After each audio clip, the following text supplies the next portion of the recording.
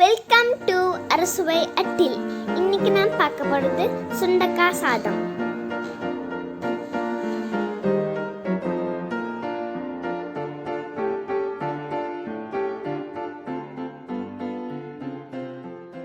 எங்கள் வீட்லேயே இந்த செடி வச்சுருக்கோம்.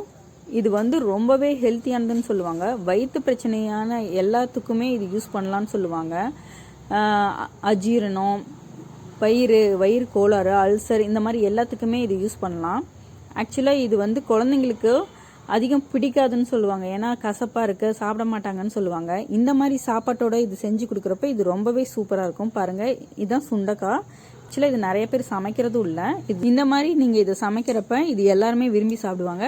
பாருங்கள், ஃபஸ்ட்டு இதை ஃபுல்லாக கழுவிட்டு அதை தனித்தனியாக எடுத்துக்கணும். இந்த மாதிரி இதை எடுத்துட்டு இதை நம்ம ரெண்டாக கட் பண்ண போகிறோம்.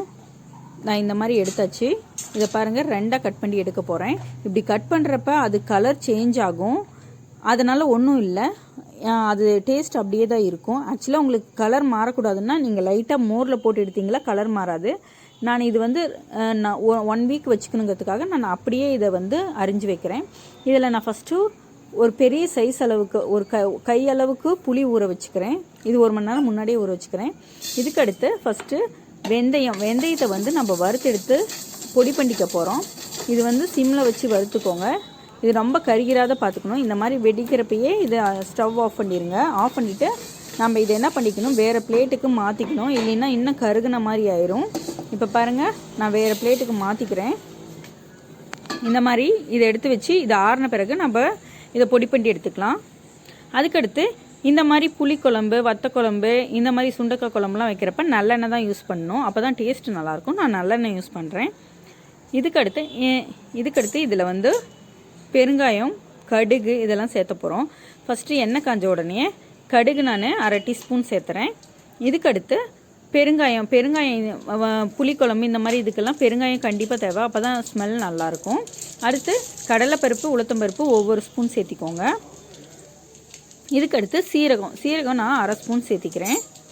அதுக்கடுத்து இதில் வரமிளகா போடலாம்.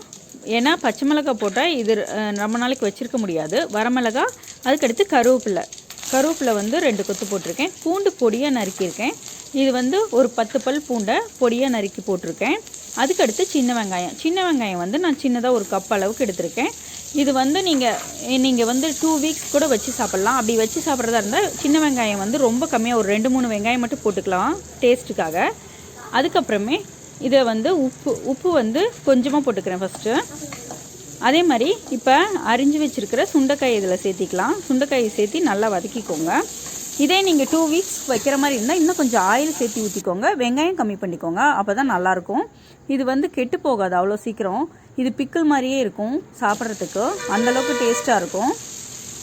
பாருங்கள், இப்போ இதில் மஞ்சள் பொடி 1/2 டீஸ்பூன் சேர்த்துருக்கேன். இதுக்கடுத்து இதில் ஏற்கனவே வரமிளகா போட்டிருக்கேன். அதே மாதிரி இப்போ மிளகாத்தூள் 1/2 டீஸ்பூன் மட்டும் சேர்த்திருக்கேன். நீங்கள் இன்னும் கொஞ்சம் காரம் சாப்பிட்ற மாதிரி இருந்தால் 1 டீஸ்பூன் கூட சேர்த்திக்கலாம். பிக்கிள் மாதிரி செய்கிற மாதிரி இருக்கிறப்ப இதில் நான் 2 டீஸ்பூன் வரமிளகா போடுவேன். இப்போ நான் இது சாதமாக செய்யறதுனால 1/2 டீஸ்பூன் தான் போட்டிருக்கேன். இதுக்கடுத்து இதில் நான் சாம்பார் பொடி சேர்த்து போகிறேன். சாம்பார் பொடி 1.5 ஸ்பூன் சேர்த்துறேன். இதையும் நல்லா கிளறி விட்டுக்கோங்க போட்டுட்டு. நான் உப்பு கொஞ்சமாக தான் சேர்த்துருக்கேன். லாஸ்ட்டாக புளி சேர்த்துறப்போ மீதி உப்பையும் போட்டுக்கலாம், இல்லைன்னா ரொம்ப கசப்பாக தெரியும். பாருங்கள், இந்த மாதிரி நல்லா கிளறி விட்டுக்கோங்க. இப்போ நம்ம இதில் புளியும் சேர்த்திக்கலாம். நான் ஏற்கனவே சொன்ன மாதிரி ஒரு கையளவு எடுத்திருக்கேன். அந்த புளியை கரைச்சி ஊற்றிக்கலாம். இப்போ உப்பு தேவையான அளவு பார்த்துட்டு அதுக்கு போட்டுக்கலாம். நான் 1 ஸ்பூன் அளவு இப்போ போட்டிருக்கேன். இது நல்லா கொதிக்கட்டும். இந்த மாதிரி குழந்தைங்களுக்கு கொடுக்குறப்ப சுண்டைக்காயில் இருக்கிற கசப்பே தெரியாது. அவங்க சாதத்தோட பிசைஞ்சே சாப்பிட்ருவாங்க. இது நல்லா சுருண்டு வருது பாருங்கள். இப்போ நம்ம வெந்தயம் ஏற்கனவே வறுத்து வச்சுருக்கோம். இது ஆறிடுச்சு. இதை நம்ம நல்லா அரைச்சி எடுத்துக்கலாம்.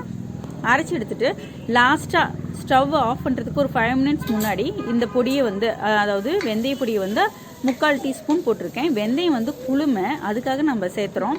ஆக்சுவலாக புளிக்குழம்பு இதெல்லாம் செய்கிறப்ப வெந்தயம் சேர்த்துறப்ப ரொம்ப டேஸ்ட்டாகவும் இருக்கும். பாருங்கள், இந்த அளவுக்கு சுருண்டு வந்திருக்கு, எண்ணெயும் பிரியுது. இதுக்கு நான் சாதத்தை வடித்து எடுத்து வச்சுருக்கேன். குக்கரில் வைக்கல, ஏன்னா சாதம் வடித்து எடுத்தால் தான் உதிரியாக இருக்கும். அதனால தான் வடித்து எடுத்து ஆற வச்சுருக்கேன். நம்ம செஞ்சு வச்சுருக்கிறதுல வேணுங்கிற அளவு எடுத்து வச்சுட்டு தேவையான அளவுக்கு மட்டும் சாதத்தை போட்டு கிளற போகிறோம். பாருங்கள், இதில் சாதத்தை சேர்த்தியாச்சு. இது உதிரியாக வர்றதுக்காக இதில் நல்லெண்ணெய் கொஞ்சம் சேர்க்க போகிறோம். எண்ணெய் சேர்த்தனா தான் அது சாதம் ஒன்றோடு ஒன்று ஒட்டாமல் உதிரியாக வரும். இந்த மாதிரி கிளறிக்க போகிறோம்.